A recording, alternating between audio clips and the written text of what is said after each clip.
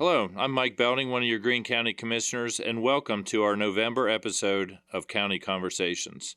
On this month's episode, we would like to talk to you about the Greene County Conservation District, as well as fill you in on some of the upcoming events in Greene County. To begin today's episode, I would like to introduce Lisa Snider from the Greene County Conservation District, who will be speaking about the programs they offer in Greene County. Thank you, Commissioners, for this opportunity to talk a little bit about the Greene County Conservation District. I am Lisa Snider, the District Director for the district. Our office is comprised of 4 specialized staff members dedicated to the mission of the district. In school, you may remember learning about the Great Dust Bowl of the 1930s. From that disaster, the Greene County Conservation District became an organization. All counties in the U.S. have some form of conservation districts.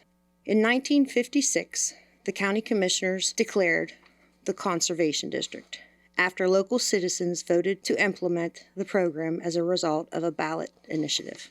Our district is comprised of 4 farmer directors, 2 public directors, and 1 commissioner director. The district is committed to the protection, stewardship, and conservation of Greene County's natural resources. Formerly known as the Soil and Water Conservation District, our emphasis is on soil conservation and water protection from soil loss. So you ask, why is soil our main resource? Without healthy topsoil, we lose the essential resource that sustains life. You know that healthy topsoil promotes food and animal nutrition. But did you know also promotes stormwater infiltration and leads to less flooding by acting as a sponge and filtering out contaminants, ensuring that the groundwater is infiltrated. Without healthy topsoil, simple rainstorms would turn into excessive flooding. That's the sole reason why the Conservation District is here. The programs we promote and implement are all designed to promote healthy soils and water quality. Greene County has 371 miles of unpaved roads. Our office has found 211 potential sites that impact local waterways. Since 1987, the district has funded 126 sites totaling 48 miles of improved roads. The program implements best management practices on roads that impact local streams in conjunction with our local townships and municipalities. All projects must improve water quality. We also have a healthy ag program. We work with local farmers by assisting with funding and technical assistance to curb soil loss and nutrient runoff. One of our programs, the Nutrient Management Program, which as its name states, focuses on nutrient loads on local farms. It also includes manure management. Nutrients like nitrogen and phosphorus are as integral to farming as farming itself to Greene County's culture and economy. The Conservation District works with farmers on nutrient management planning to ensure that these valuable nutrients stay on the farm where they can fuel future production and out of the nearby streams where they could threaten water quality and ecosystem health. Practices like manure storage implementation help farmers optimize nutrient application and reduce annual fertilizer costs while protecting the water quality in our community.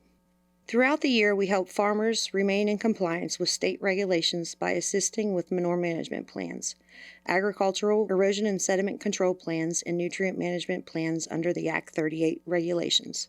Beyond simply maintaining compliance, agricultural planning can open doors to technical assistance and cost-share programs that help farmers meet their local goals. We also implement the GRACE program, which is a cost-share program for Greene County landowners to receive assistance with certain practices like pasture management fencing, woodlot exclusion fencing, watering systems, lime and fertilizer, and forest management practices. This is a one-of-a-kind program to PA. Greene County Conservation District utilizes Act 13 funds to actually put money on the ground in a county impacted by oil and gas. All of our funds obtained through the PUC is earmarked for this program. Since 2017, we have contracted with 165 farmers so far. We also support our young farmers and future conservationists by supporting programs like FFA, the Ralph Bell Bird Club, Envirothon teams, education projects like poster contests and conservation leadership schools, Project Grassland evaluation contests. Our office provides support to the Farmland Preservation Board by implementing their program to preserve farms. Farmland preservation has preserved 1,015 acres on 8 farms in Greene County. And now I'd like to introduce one of our staff members, Zachary Basinger. He's our environmental program manager, and he's going to discuss permitting and our West Nile virus program. All right, my name is Zach Basinger. Like Lisa said, I implement the Erosion and Sediment Control Program and West Nile Virus Program. Now, our Erosion and Sediment Control Program is delegated by the Department of Environmental Protection to review, approve, and inspect earth disturbance portions of construction projects. The goal of this program is to protect our waterways and wetlands from sediment and erosion. If you didn't know, sediment is the #1 pollutant to water in the world.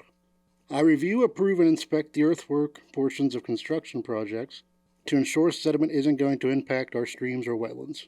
Some of the sites I inspect and approve are commercial building constructions, pipelines, water lines, stream crossings, culvert projects, and things like that. Next, I'd like to switch into my review portion of the program.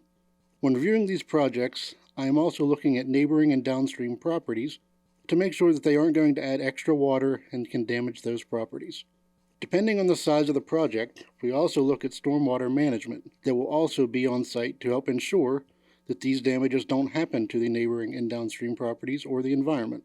I also review wetland and stream permits. Anything from putting a dock on the river, to putting a gas line across the stream to get to your house, to putting in a culvert in your driveway, anything that small, I can help with and approve.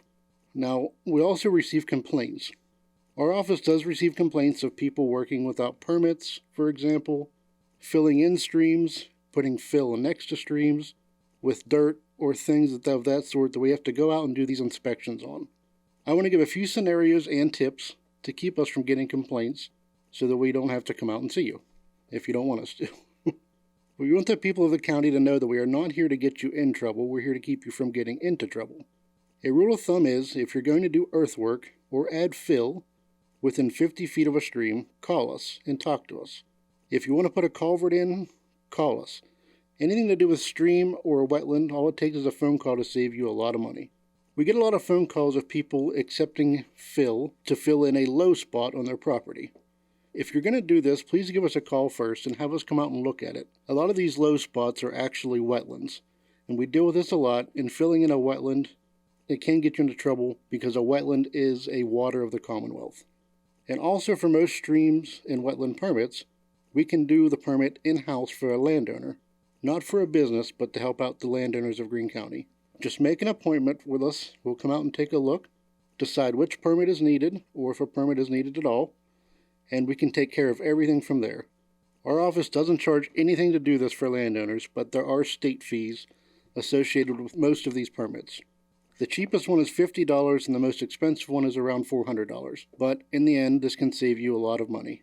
And if we can't end up doing a permit for you, for example, if a stream is too large or a wetland is too large, we can refer you to the DEP and help you through the permitting process.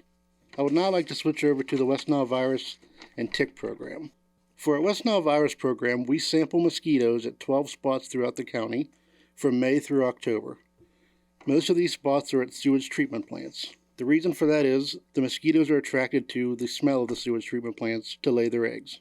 I also collect larval samples as well. This year in 2022, we collected 7,612 mosquitoes.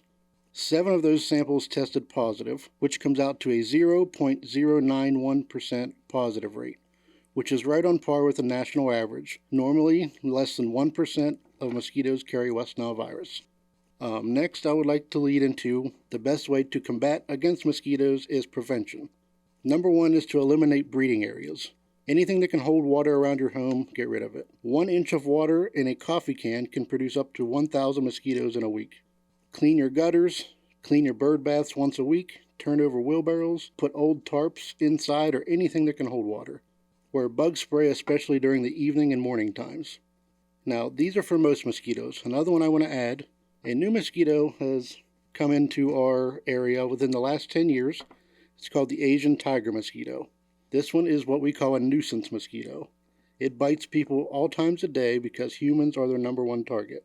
If you have done all these breeding habitat eliminations and mosquitoes are still prevalent, call our office and I can come out and take a look, possibly set mosquito traps, and go with more control treatment from there if needed.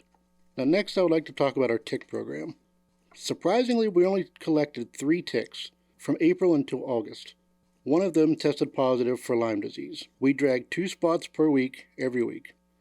And I know what everyone's thinking. I talked to a lot of the citizens of the county. 3 ticks in 4 months doesn't sound like a lot. I get more than that on me in one time when I go out in the woods, but it seems like every time we actually go out and try to find them, we can't.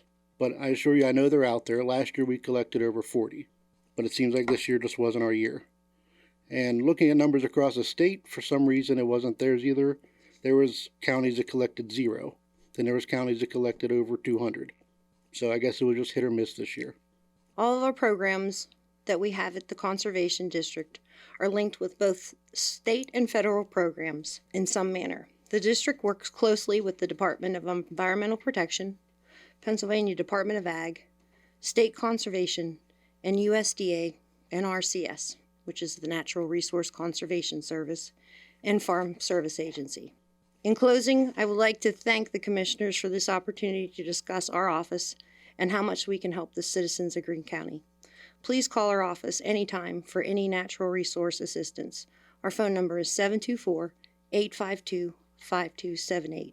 If we can't help, we will find someone to help you. Hi, this is Commissioner Blair Zimmerman, and now I'd like to tell you about some fun events coming to our area this month. The 27th Annual Holiday Extravaganza Craft Show will be held Saturday, November 5th at the EQT Rec Center from 9 a.m. to 3 p.m. On November 5th, there will be a Veterans Day parade in front of the Greene County Courthouse beginning at 11 a.m. And I might add, on behalf of Mike and Betsy, we know they've put a lot of work into this, so this is going to be one of the nicest Veterans Day parades we've ever had, I believe. Next will be the Fall Vendor Show, which will be also at the EQT Rec Center on November 12th from 8 a.m. to 2:30. A 5K trot and walk, a run and walk, will be held at the Eva K. Bowlby Public Library on Saturday, November 19th at 9 a.m. Pre-registration on the library's website.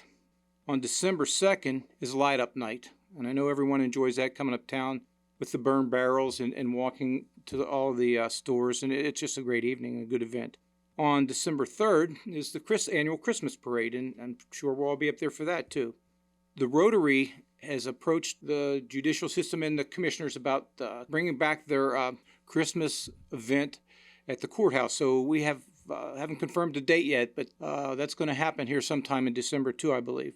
And last but not least, a Christmas open house will be held at the Greene County Historical Museum on November 26th at 12 p.m.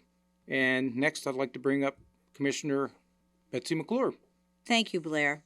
And I would also like to thank our guests from the Conservation District today, Lisa and Zach. I think you've been very informative on what your program holds over there, and will hopefully help all of you that are listening today.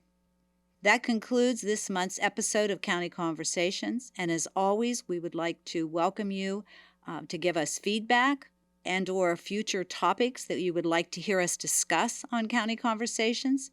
Please reach out by social media. You can always call us at any time. We appreciate your input. Please watch for our upcoming episodes on your favorite podcast platform, and thank you for listening.